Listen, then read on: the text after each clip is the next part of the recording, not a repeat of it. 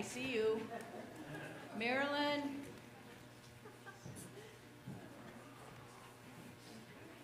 Well, when Pastor asked me to do this, for the last couple of years, I said, nope, not me. Can't do it. Well, then I listened to a service on Wednesday night from the church I used to attend, and it's about responding. When Jesus calls, we respond. So, I responded with yes. And I started praying about it, and God started whamming me with so many different ideas. But I landed on the parable that Jesus told in Luke 10, the Good Samaritan. The man that was robbed, beaten, and left for dead.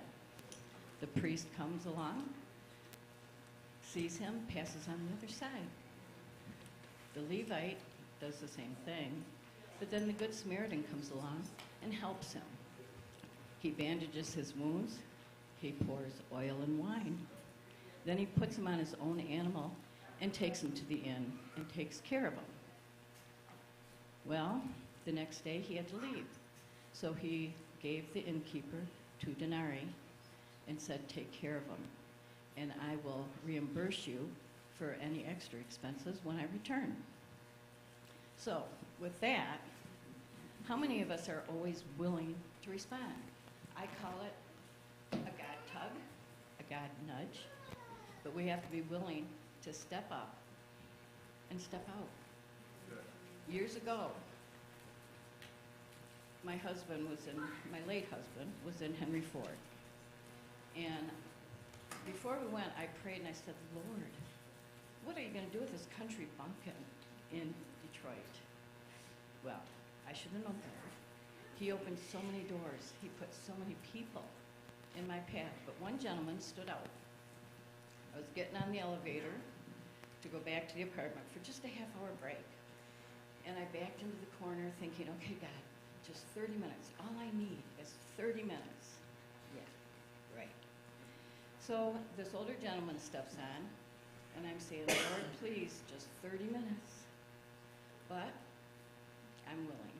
The gentleman sighs, put a smile on my face, and I say, well, how are you doing today, sir? Oh, not so good. My wife's been here 2 weeks. She had a ruptured ball. She could have died. She was in ICU for a week. Now she was in a regular room, but like a lot of men, couldn't understand why his wife wasn't better already. He wanted her home. He wanted her back to normal. So whenever I speak to someone and I let it be God's words, the Holy Spirit takes over, and I couldn't tell you what I said. The elevator doors open. I'm thinking, okay. And he says, Dawn, oh, you need to talk to this woman. Tell her the same thing you told me. And I'm thinking, okay, Lord, you're up again. So we talk, and she was there. She had chosen to spend her lunch hour with her mother, and her family was angry at her for doing it. So we spoke.